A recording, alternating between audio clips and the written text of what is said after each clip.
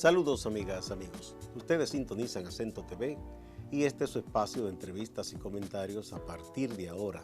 Recuerden ustedes que nos están sintonizando en el canal 38 de Claro TV, en los canales 39 y 439 de Altiz y en el canal 41 de Star Cable en Santiago de los Caballeros. También en las páginas acentotv.do y acento.com.do. El tema de este día, a partir de ahora, continuando con las conversaciones con dirigentes políticos y analistas, vamos a hablar con María Teresa Cabrera, que ustedes la conocen, pues una invitada habitual de este espacio, una emblemática educadora, dirigente de la ADP muchos años, pero en este caso como dirigente política. Ella es parte de la Coalición Democrática, dirigente del Frente Amplio y también de ese espacio interesantísimo que ha surgido llamado Bien Común. Vamos a ver cómo María Teresa nos ayuda a echarle una lectura al actual escenario político dominicano. Primero vamos a una pausa.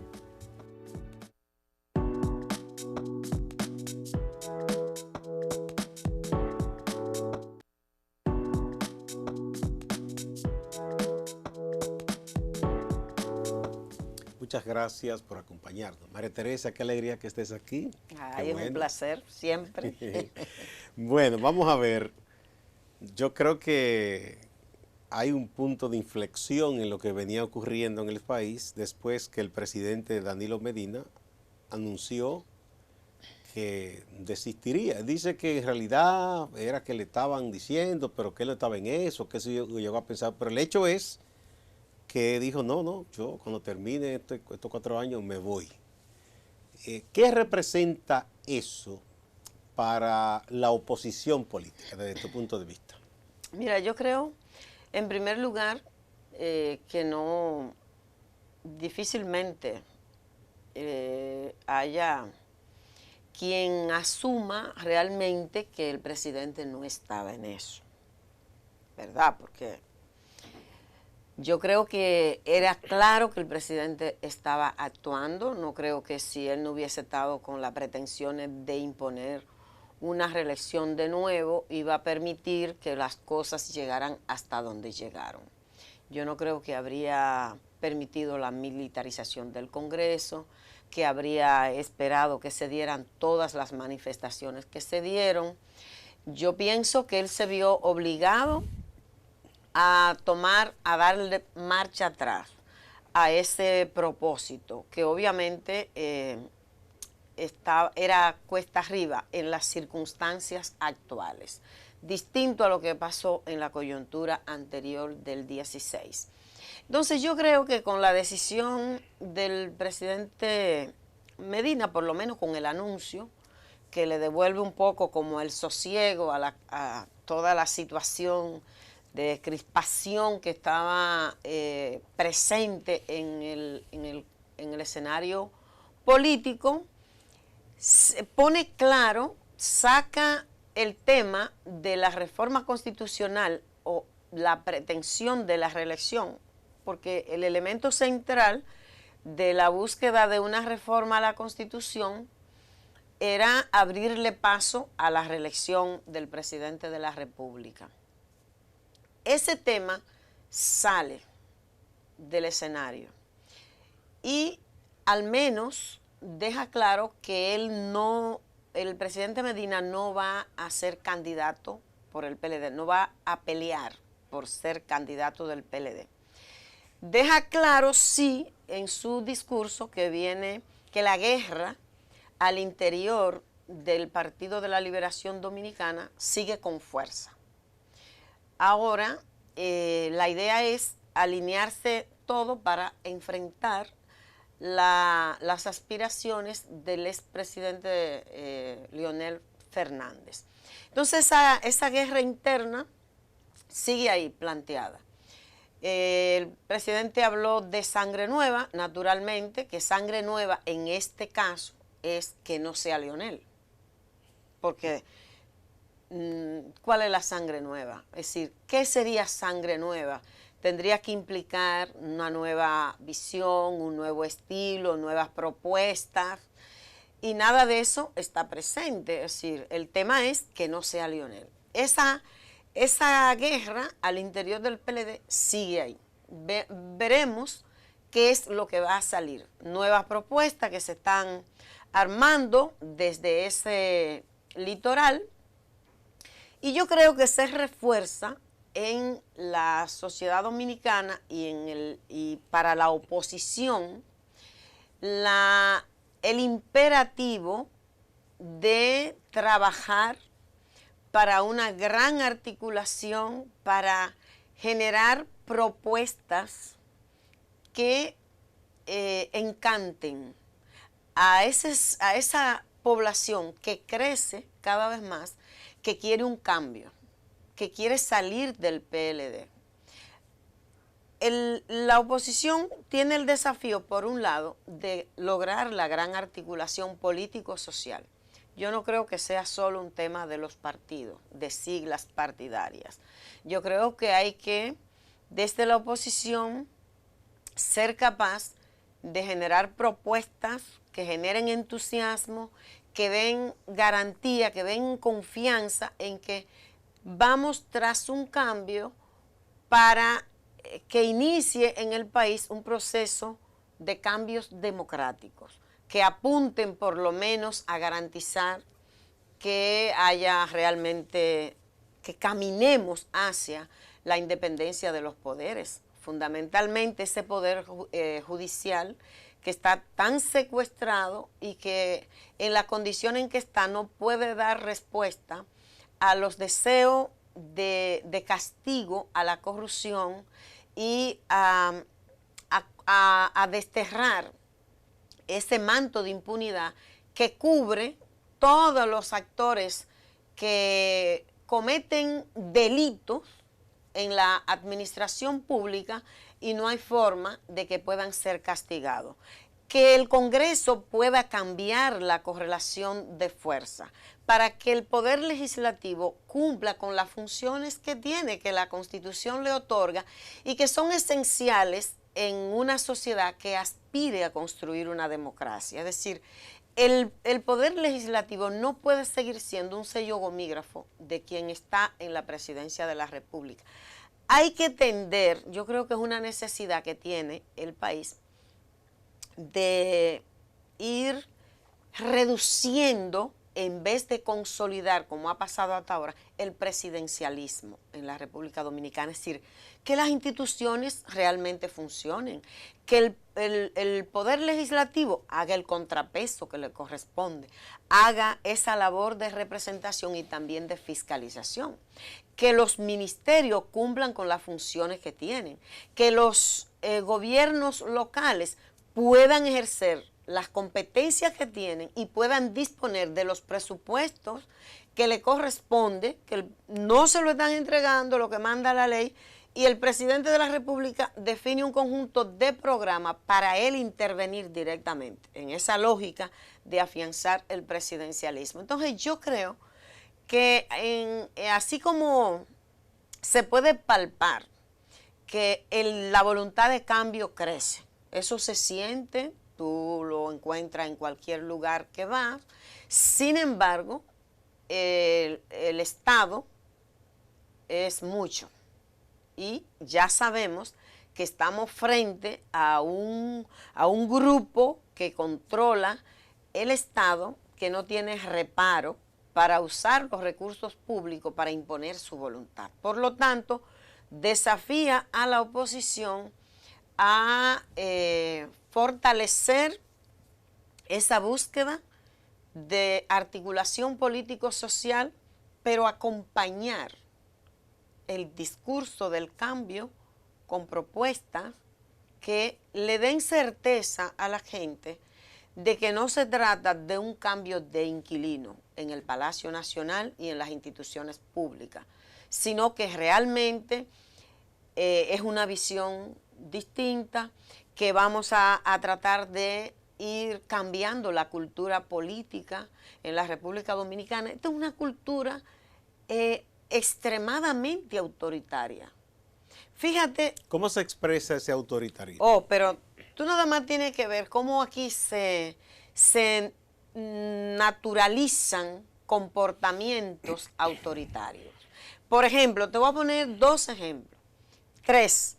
Cuando dos funcionarios, dos ministros del gobierno expresaron sus opiniones en contra de una reforma para imponer la reelección, le cayó encima todos esos funcionarios y dirigentes del partido, pero también mucha gente en los medios de comunicación entendía que ellos tenían que renunciar o que tenían que cancelarlo, como que si debían ellos estuvieran destituirlo, cometiendo algún delito. como si el hecho de ejercer una función en el Estado implica que tú hipotecas tu pensamiento y que tú le debes el derecho a opinar, a pensar a quien ejerce la función de presidente de la República. Eso no es verdad.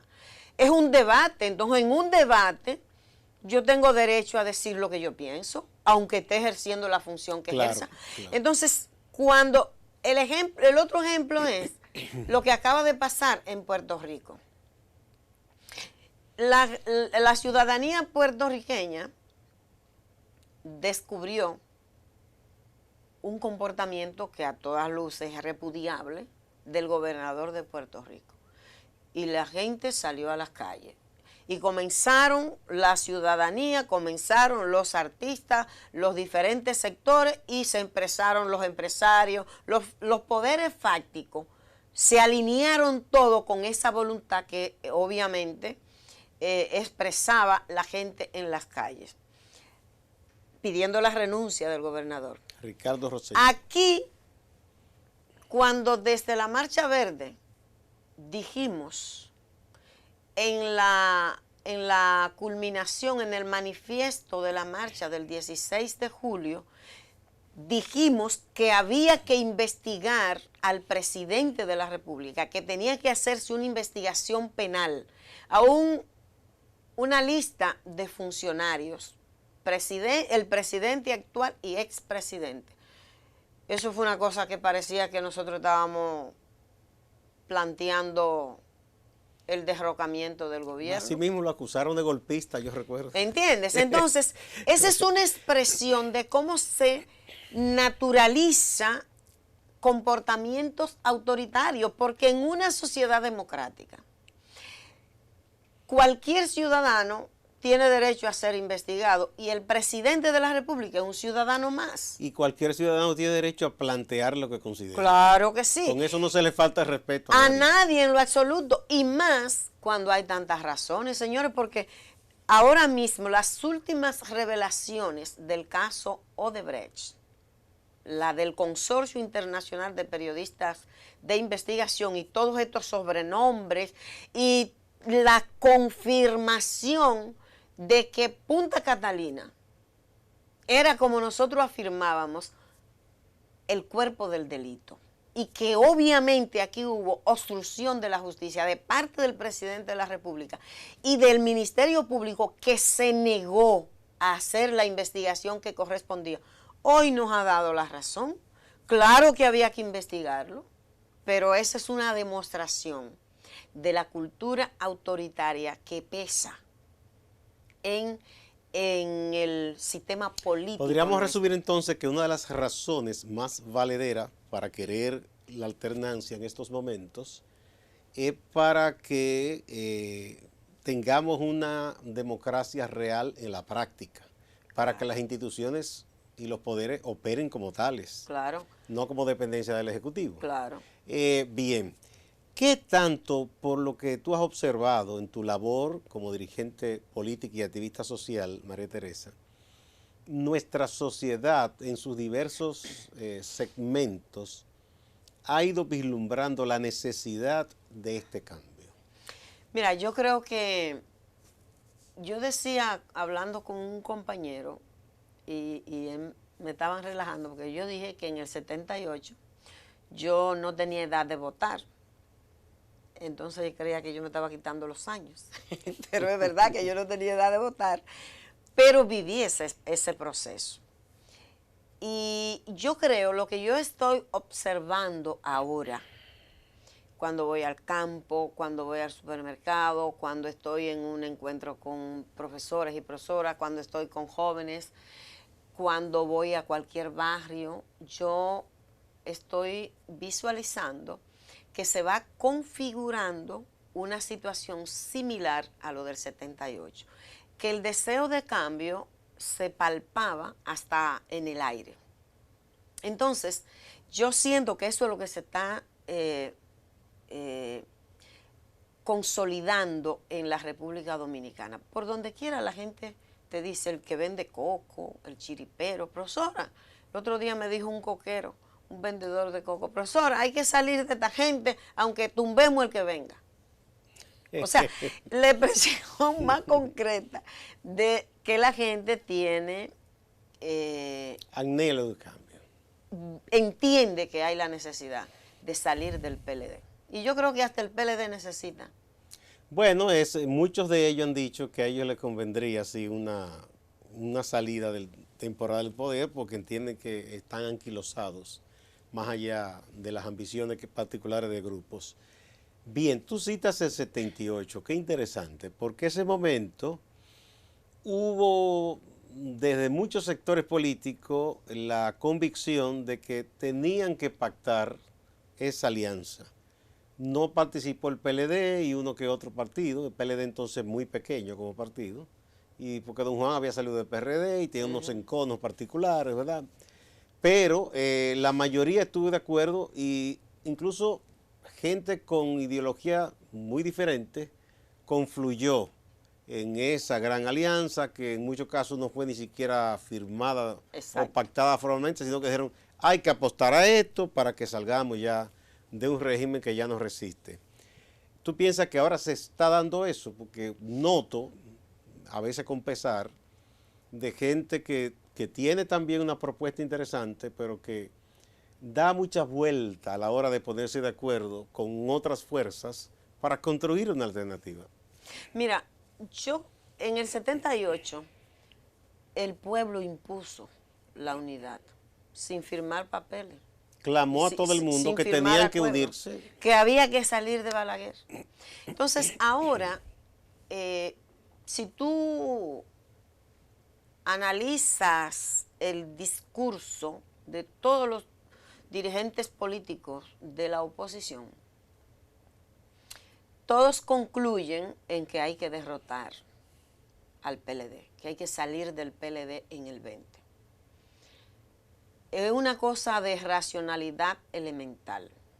Si tenemos la conclusión de que el problema fundamental de cara al 20 es salir del PLD por las razones que ya todos sabemos, viene una pregunta obligada. Yo puedo sola.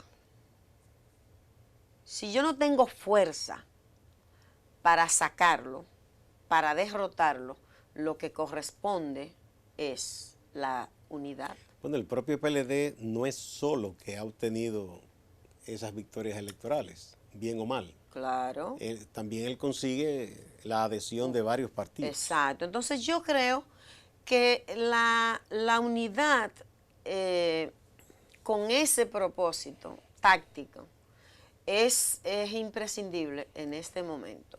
Y yo creo, cuando yo digo que se va configurando un ambiente político, un deseo de cambio parecido a lo que se vivió en el 78, lo digo por eso. Porque incluso yo conozco militantes de algunas organizaciones, de las llamadas organizaciones emergentes, que entienden que eso es una necesidad, que sienten la presión en su entorno y que entienden que la dirección de sus espacios políticos deben entender eso. Y también que expresan que lo harán, que apostarán al cambio, aún sea una decisión individual. Entonces, yo creo que la racionalidad obliga. Señores, permitir, porque se dé la misma dispersión de siempre. Y yo no estoy diciendo que hay que estar de acuerdo con todo, porque uno tiene muchísimas contradicciones. Yo, por ejemplo, puedo tener toda la crítica que tú quieras al PRM, pero es imposible pensar una articulación para derrotar al PLD que no incluya, que no entienda que tiene que estar el PRM, porque una articulación de los llamados emergentes solamente no saca al PLD del poder, y eso lo sabe todo el mundo. Y decir otra cosa y sostener un discurso de que hay que salir del PLD y no dar un paso al frente para contribuir a que eso ocurra, es también como mostrarse ante, es como también hasta irrespetar a la gente, en el sentido de, oye, ¿qué es lo que tú me estás diciendo? Tú tienes que ser consecuente con el discurso. Yo creo que hay que preocuparse por la articulación y que sea sobre la base de 4, 5, 6 puntos básicos, fundamentales, alrededor de los cuales hay que producir cambio en la República Dominicana. Yo recuerdo que también en esa etapa, ¿verdad? Tú mencionas 78, el propio 82, porque existía el riesgo de un retorno de Balaguer. Y mucha gente, incluso del litoral más radical de la izquierda, decía, vamos a dar un voto crítico. Exacto. O sea, voy a votar por estos, no estoy confiando en que ellos van a hacer lo que queremos, ni es un programa profundo de cambio, pero quiero evitar aquello. Claro. Un poco esa era la visión. Yo no sé qué tanto ya ahora estamos en otra etapa, hay gente que pero se yo aferra. creo que eso va por ahí. Eso es va. decir, yo creo que hay organizaciones incluso que podrían no hacer un pacto formal, pero sí conducir sus voluntades. Promover el voto crítico. Vamos a poner un puntito aquí para ir a la primera pausa, María Teresa.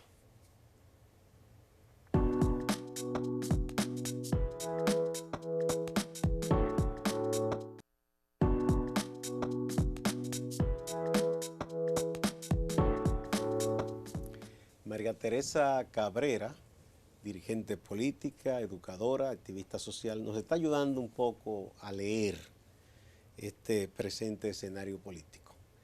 Bueno, hay cosas que dan un poco de risa. Cuando estaba todo este asunto, la atención de la mayor parte del país centrada en que si Danilo y Leonel, que quién se impondría de los dos, se dan esta discusión de que siempre surge, no, nos conviene más que sea Leonel, porque el gobierno, desde el gobierno hay más recursos. Otros decían, no, conviene más que sea Danilo, porque el que está en el poder se desgasta y ya hay mucha gente olvidado las cosas de Leonel. Bueno, el caso es que ya no va a ir la reelección de Danilo, aunque el danilismo sigue maniobrando para ver cómo influye en esa decisión interna de su partido. Pero hay que tomar en cuenta que si fuera Leonel Fernández el candidato, no es que es un candidato débil, porque es el PLD, es una maquinaria, y esa gente acumuló muchos recursos, y ya sabemos que tienen una maquinaria de propaganda ahí, lista para comenzar a atacar y hacer campaña sucia contra quien sea, porque son expertos en eso. Y a usar los recursos del Estado. Y los recursos y esos elementos de gente que se presta a cualquier cosa, sí, ¿no?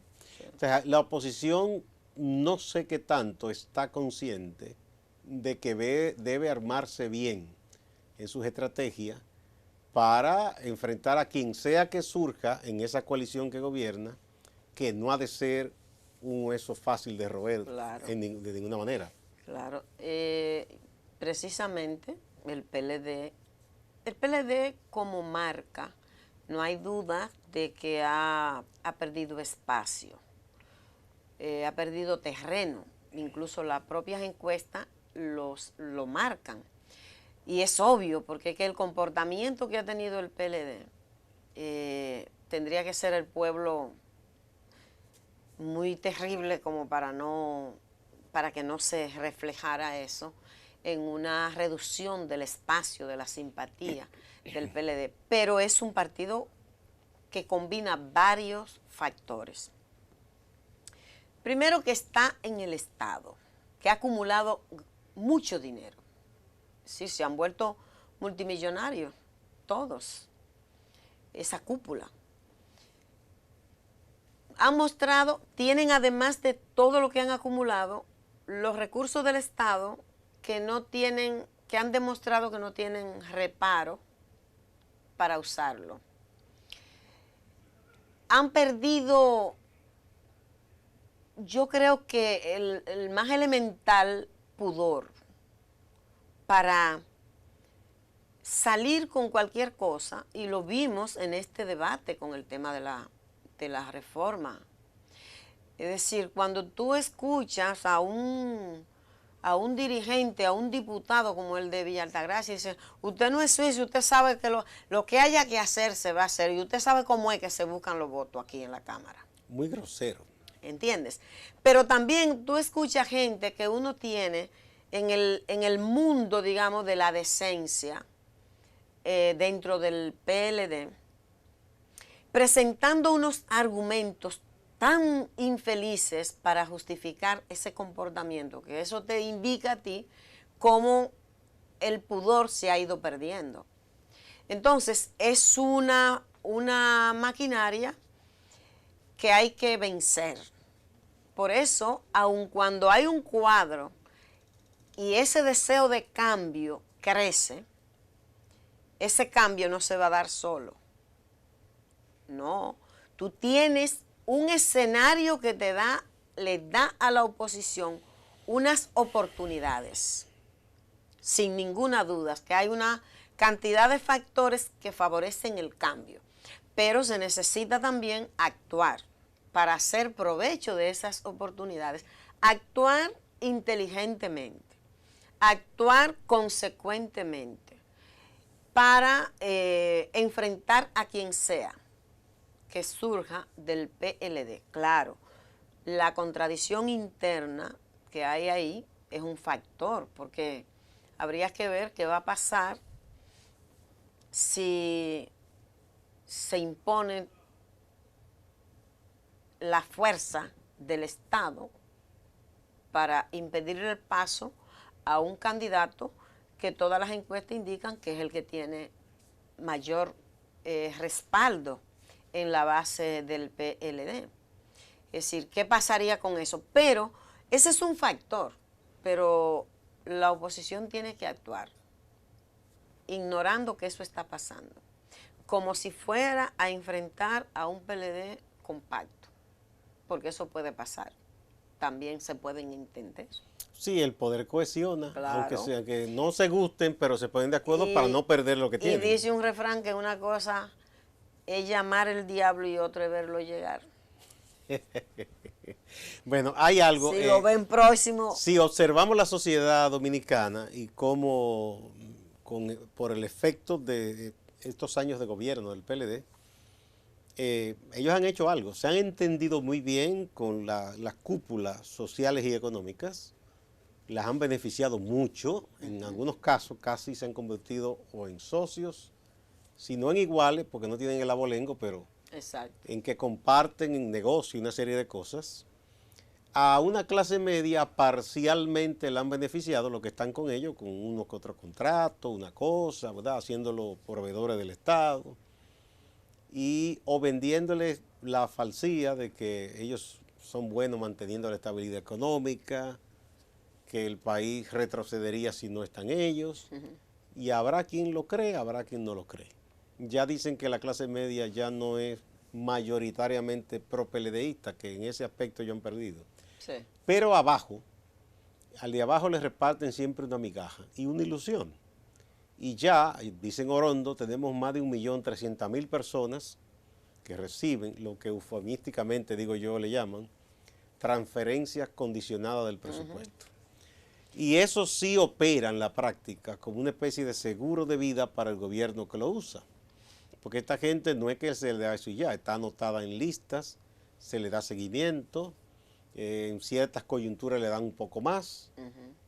De hecho, me explicaba un amigo PLDista cómo ellos organizan esas cosas en los barrios, que hay ciertos días en el mes que el regidor de la zona visita, en otras ocasiones va el diputado, en otras ocasiones va uno enviado por el senador o va el senador, en los casos de las provincias, y mantienen a esa gente como una maquinaria aceitada. Y supongamos que de ese 1.300.000, vaya quizá una cantidad importante que simplemente le finja a estos dirigentes y por detrás piensa otra cosa. Pero hay una parte que sí, que entiende que eso es lo que tiene y quiere conservarlo, aunque no sea por simpatía política. Y acaso de ese que hace eso, hay uno que depende. Entonces, es una cantidad importante de voluntades cooptadas contra eso que se puede hacer, porque no se le puede decir a la gente simplemente, mira, deja de recibir eso que es indigno, no es lo correcto. No, para nada. Porque concretamente esa es la sobrevivencia de esa gente. Mira, una de las características relevantes, digo yo, que destacan del Estado Dominicano es esa base clientelar que tiene. En el 78 también era así. Es decir, Balaguer, la población era menor. Aunque no tanto. Pero Balaguer daba casa y a todo el que le daba un apartamento, que daba tierra, que 50 tareas, en fin. Y también repartían la fundita y las cosas. Pero era como más disperso, no era con esta organización. Sí, no lo tenían tan organizado, pero los reformistas también siempre se han organizado alrededor de los colegios electorales y sabían dónde estaba cada quien, ¿eh? Vamos a estar claros. Cuarteles le llamaban. Por eso ellos, sí, ellos le llamaban así, pero por eso pudieron armar ese fraude para el 94, por ejemplo, y sacar así de cada colegio la proporción que establecieron para hacer ese fraude. Entonces, ese es un tema, es verdad, tienen una base cautiva y en una democracia que es de palabra, porque la gente no tiene esa libertad. Pero hay factores, y eso es lo que yo creo que es importante, que cuando toman fuerza y los sectores de clase media, que son los que tienen la mayor posibilidad de convertir temas en temas de agenda pública, tienen la capacidad de convertir un planteamiento en un tema de la agenda pública. Cuando se combinan todos estos factores, esa gente también es influida por esos procesos. Tú dices, la clase media puede influir cuando se dan los procesos a la clase más desposeída. Sí, claro. Aquí, por ejemplo, cuando comenzó el tema, la reacción al caso de Odebrecht, en principio era más la persona de clase media que participaban. Y luego los sectores populares se fueron incrementando y en el 4% también. Y en el 4% también pasó lo mismo. Entonces, hay factores que ejercen una influencia en esos sectores, que también están viviendo una realidad, que no es verdad que ven en peligro eso que es insuficiente. Ahora, hay que saber articular una manera de comunicarse con ese segmento de la población, para que aquel cuento de que van a perder eso poco que tiene, ese mensaje tiene que ser neutralizado, con un mensaje que le dé certeza de que será mejor. Porque realmente lo que hay que construir aquí es compromisos con políticas públicas para de verdad combatir la pobreza. Sí, porque en ese caso no se ha sacado de la pobreza. No. Son pobres que tienen algo más o menos asegurado y que están obligados entonces a una lealtad impuesta. Claro, sin ninguna libertad. Exacto. Y no tienen tampoco resueltos sus problemas materiales. Sí. De con un extra negativo añadido, que eso también hay gente entonces que le matan cualquier iniciativa personal de tratar de di una ayuda, entonces Exacto. salir de esa situación. Porque lo prefieren así, porque claro, porque ahí está obligado. Esa es la base de la garantía de perpetuidad. Claro. Lo ven así y por eso no le interesa realmente el combate a la pobreza. Por eso no hay políticas públicas de combate a la pobreza, sino políticas para fomentar y consolidar el clientelismo. Pero eso se lo lleva de paro. Cuando una corriente de cambio, de voluntad de cambio, toma fuerza en una sociedad, eso se va de paro. Sí, como se generan como esas olas sociales. Exacto. Recuerden en el 78, le cogimos la fundita y no votamos reformista. Eso se convirtió. Los rábanos que decían. Sí, eso se convirtió. Eran rojo por fuera y blanco por dentro. Ahora yo no sé cómo será. Y había mucha estrategia, porque había gente que después le pedían, recuérdate que eran boletas separadas. Ah, sí, no, y hubo la ayuda de algunos impresores. Claro, y le hacían que para comprometer a la gente. Sí, le entregaban una extra y entonces entregaban. Y que tenían que llevar una evidencia. Sí, porque era muy burdo todo aquello. Claro. Entonces tú confías que por ahí las cosas pueden caminar. Yo tengo optimismo en que en la República Dominicana este pueblo ha cambiado. Yo creo que hay que reconocer que tenemos un pueblo que no es el mismo de antes de diciembre 16. Yo creo que hay un pueblo que ha despertado, que ha ganado conciencia del daño que provocan el estilo como el PLD ha gestionado el Estado. Y el PLD contribuyó a decir, porque Leonel en la campaña del 96 dijo más de 30.000 millones al año se tragaba la corrupción. Y el PLD la ha multiplicado por mucho. Bueno, si partimos de esa visión que él tenía, porque ese presupuesto, yo recuerdo como ahora, fue el último de Balaguer, era de poco más de 26.000 millones de pesos. Quiere decir que el cálculo que él hizo en ese momento era que la corrupción sobrepasaba el presupuesto nacional.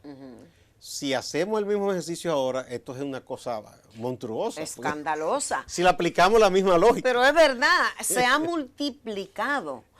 Pero nada más lo tenemos que ver, señores, en el caso Odebrecht y la manera, porque lo importante es ver cómo responden las autoridades frente a los actos de corrupción. Ahora, ¿qué pasa? ¿Qué tenemos nosotros, señores? Que a quien hay que investigar controla la justicia, controla el Ministerio Público. Ahora Jean Alain también está pensando que él puede ser candidato presidencial. Tú sabes que él es de lo que está sonando. ¿Verdad? Sí. Pero eso es un chiste. No, de verdad, anda en las redes. Y él se lo cree, pero si tú observas... ¿Y no serán enemigos de él que están diciendo eso? Bueno, para que se rían. Yo espero que alguien le diga. Pero es terrible, señores. Entonces yo creo que la gente no se traga eso. Este pueblo ha cambiado, ha ganado un mayor nivel de conciencia sobre el daño que ha hecho la corrupción y la impunidad y ha ganado conciencia de que lo que hemos tenido hasta ahora no es democracia. Que nosotros iniciamos una transición que llegó hasta un punto y se devolvió.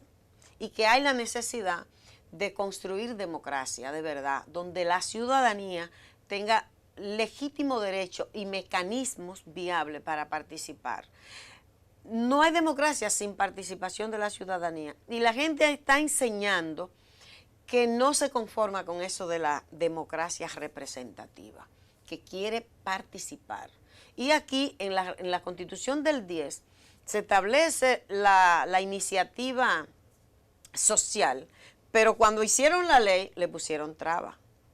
Y dicen, no, calidad, ¿quién tiene? Ah, el Congreso, el presidente del Senado o de la Cámara de Diputados, o sea, que y el presidente de la República. Lo que hicieron fue secuestrar ese derecho de la gente. La secuestraron. Entonces, yo creo que aquí es mayoritaria la idea de que esta no es la democracia por la que tantos dominicanos y dominicanas han luchado, han aportado su sacrificio, incluso su sangre.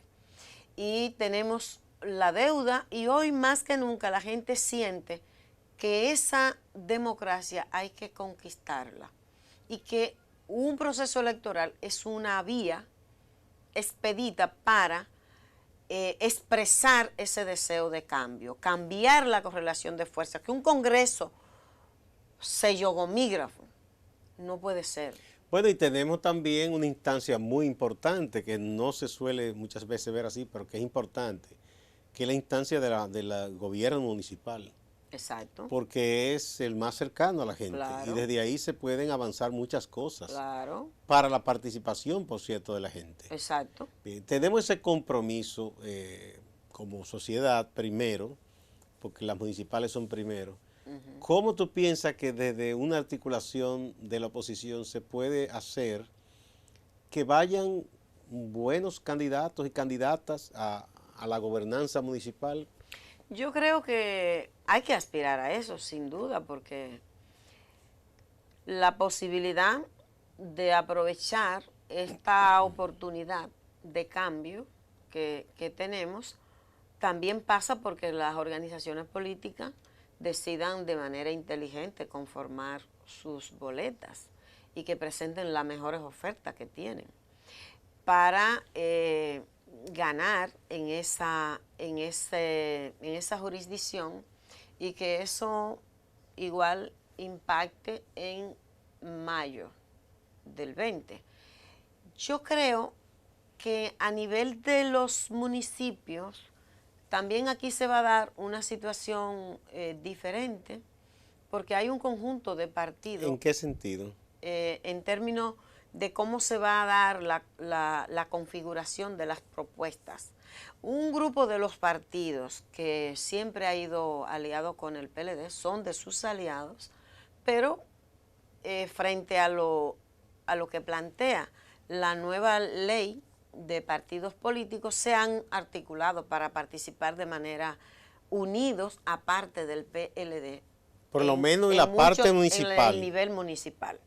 Y eso también ofrece la posibilidad de que hayan resultados diferentes en términos de la correlación de fuerza, porque en muchos municipios el PLD, si tú haces un análisis de los resultados de las elecciones y tú puedes ver la cantidad de municipios, incluso de provincia, pero en este caso hablo de los municipios porque son separadas esas elecciones, que la ganó por los votos de los partidos aliados, de los partidos pequeños.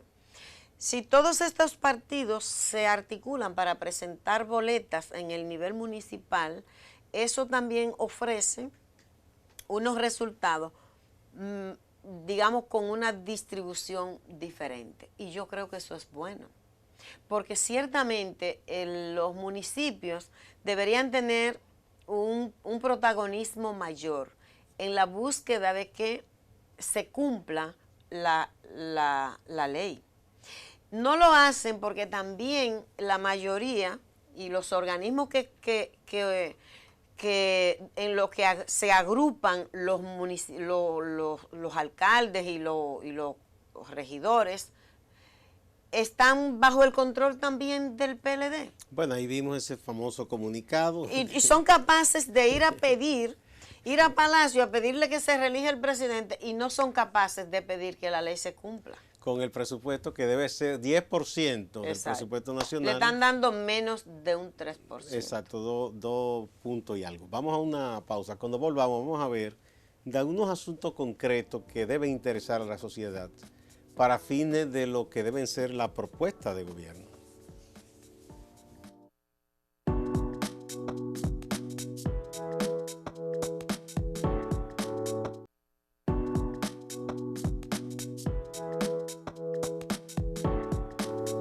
Muchas gracias por continuar A Partir de Ahora. Estamos conversando con María Teresa Cabrera, educadora muy reconocida, activista social y dirigente política.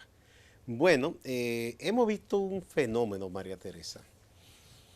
Así como la sociedad en algunos aspectos ha reclamado mayor ejercicio de derecho, sectores organizados, por ejemplo, ustedes las mujeres, acompañadas también de los hombres, esa lucha que debe seguirse librando para el respeto, la equidad, ir trabajando cada día más y tratar de que desde el Estado se practiquen políticas que vayan a disminuir la violencia de género, la violencia intrafamiliar, etc. Al mismo tiempo han como resurgido sectores de los más conservadores, reaccionarios, tanto en el aspecto del conservadurismo de una parte de las iglesias, que tienen una característica, son una cúpula. Por ejemplo, en el caso de los evangélicos, son unas iglesias de los evangélicos como más ricos. Exacto. Son los que están más en eso. que a su vez están vinculados esos grupos con sectores internacionales, en Estados Unidos, en Latinoamérica, en Europa, y con grupos políticos también de los más extremos de la derecha, sí, que son amigos de los Le Pen, de Trump y ese tipo, y de Bolsonaro. Esos son sus ídolos. Sí. Pero esta gente entiende que aquí pueden hacer algo parecido a lo que ha pasado en otros países, de conformar una alianza de religioso con político e impulsar, esa sí es una agenda de verdad, porque ellos dicen que nosotros tienen agenda, de negación de derechos, de retroceso a los derechos, sí, y ahora trajeron un personaje, Lejía, qué sé yo, Laje, ¿cómo que se llama? Laje. Exacto, debe ser casi como Lejía. Se parece. Que para venir y hacer una especie de, yo digo que se parece a los cultos que hacen esos evangélicos extremistas de avivamiento. Sí. Porque ellos mismos no se autoconvencen y tienen que traer a alguien para sentirse reflejados, reforzándole, con, por ejemplo, oponiéndose a un asunto que es de ley, de la Constitución y de compromisos internacionales, como es la agenda que debe una ordenanza de educación, impulsar una educación para la equidad, por ejemplo. Ellos dicen, incluso yo oí uno que yo me reí mucho, diciendo, es que la palabrita género es peligrosa, hay que quitarla de ahí. Eso, una cosa insólita. Eso se parece que en la época de la Guerra Fría, que alguien hablaba lucha de clases, decía, ay, quiten esa palabrita, que es peligrosa. Entonces, frente a eso, también yo noto que los políticos temen, se dejan chantajear. Sí. Los que no creen en esas cosas, pero temen fijar posición y decir, no, no, no, esto no puede ser, el Estado debe gobernar para la mayoría, hay que impulsar la mayor posibilidad de equidad. Sí. ¿Qué tú piensas respecto a eso? ¿Qué podrían hacer los partidos de manera seria? Mira, yo creo que es uno de los desafíos que tenemos, porque es que lo alternativo no es una palabra, es realmente alternativo a qué. En la agenda de alguien que reivindica la idea de cambio, no puede dejarse atrapar por esa ola conservadora que marca, que ha ido marcando un retroceso en muchos países de la región nuestra incluso. El caso más patético es el de Brasil, porque a lo último que ese señor ha llegado es a prohibir oficialmente la lectura de Paulo Freire. Ah, pero estamos en la edad media. Un pedagogo que es referencia no solo de América Latina, sino mundial. Entonces, yo creo que hay que poner las cosas claras. El Estado tiene una función, tiene una responsabilidad, tiene que garantizar derechos y tiene que garantizarlo a pesar de. Las iglesias tienen perfecto derecho a promover sus ideas con sus feligreses y eso nadie se lo puede quitar. Con sus fieles, bueno, pues le predica lo que entiendan, y si la gente le dicen, en la iglesia le dice, mira, morirse es bueno, explotarse como, mira cómo hacen los musulmanes. Como hizo Jin Jong en Guyana. Y la gente en esa fe y esa cosa lo quiere hacer, bueno, esa es su decisión. Pero el Estado tiene que garantizar los derechos de todos y de todas. Formar para la igualdad es, además de un derecho, una necesidad imperiosa. En la República Dominicana que vivimos nosotros y nosotras hoy. Y yo creo que temer al chantaje, porque a mí me parece tan terrible que en nombre de Dios se mienta de manera deliberada. Porque yo creo que hay gente que se deja atrapar, pero lo que son cabeza de ese movimiento saben lo que hacen. Que están mintiendo. Saben que están mintiendo. Saben que aquí no está en discusión ninguna ideología de género, que aquí lo que se está discutiendo es muy concretamente la definición, una metodología para formar en la igualdad, es decir, que nuestros niños y niñas desde muy pequeños sepan que por ser varón, que tienen sexo diferente, pero que son seres humanos iguales y con iguales derechos, que no hay uno que es superior al otro. Entonces, manipular a la gente apelando a la falta de información, yo creo que eso es un crimen. Y al temor. Y al temor. Entonces, la dirigencia, la clase política tiene también que ser consecuente. Un partido que se reivindica socialdemócrata, por ejemplo, no puede titubear en la defensa de un derecho, porque hay que ser consecuente. Exactamente. Es decir, no es solo decir una palabra. Alguien que se reivindica alternativo no puede andar titubeando. Con medias tintas. Con medias tintas ni cosas que se parezcan. No, vamos al diálogo, vamos a hablar. Entonces, yo creo que en esta coyuntura también hay que hacer compromiso con esos derechos. Aquí hay que hacer compromiso con temas muy puntuales. No podemos seguir viendo con indiferencia cómo se incrementan los feminicidios en la República Dominicana. Y esa es una expresión concreta que muestra la necesidad de formar para la igualdad. Porque los feminicidios, ¿quiénes son que lo hacen? Alguien que fue pareja de una mujer, pero que no admite que después que se separaron, ella tiene derecho a persistir en la idea de que no quiere retornar. Porque la mujer tiene perfecto derecho, igual que el hombre, a amar y a dejar de amar. Exactamente. Entonces, así como un hombre termina, le desaparece el amor con una mujer que ha sido su pareja, a una mujer le puede pasar igual. Y tiene que formarse a nuestros niños y niñas desde temprano para entender que eso puede pasar y que eso es normal, que por eso no hay que matar a nadie. Ni matarse. Ni hay que darse un tiro, ni dejar a tantos niños. Algunos ahora están llegando al extremo de también llevarse a los hijos. Y a los hijos, y a la suegra, y a todo el y a todo el mundo. Entonces, señor, eso no es posible. Eso es un acto de irresponsabilidad, mirar eso con indiferencia. Esa es una expresión de la necesidad que tenemos de formar para la igualdad. Entonces, temas como ese, los derechos de las mujeres, los derechos de los niños, ahora andan con un invento también del matrimonio infantil, de permitir que menores se casen con adultos. No, pero ese argumento que usan para ir en contra de la ley que erradique eso es el más risible. Por favor. Diciendo que esa ley lo que ataca es la familia, pero ¿cómo la puede atacar? Es que yo te digo, es una cosa, yo creo que aquí hay un tema como de también recuperar la vergüenza, la reverencia por la palabra. Es decir, aquí se cree que se puede manipular y decir una cosa tan insólita como argumento para justificar un planteamiento a todas luces irracional, que yo creo que hay que llamar la atención, porque yo digo a veces, cuando yo escucho algunas cosas, digo, pero ¿y qué pasa con la vergüenza? No, y parece que están utilizando lo que explica un intelectual, que él dice que se ha jugado mucho sacando beneficio de la industria del miedo. Sí. Porque yo vi una manipulación que hicieron con una niña, que se ve que es un rollo, hasta se ve que le hablan.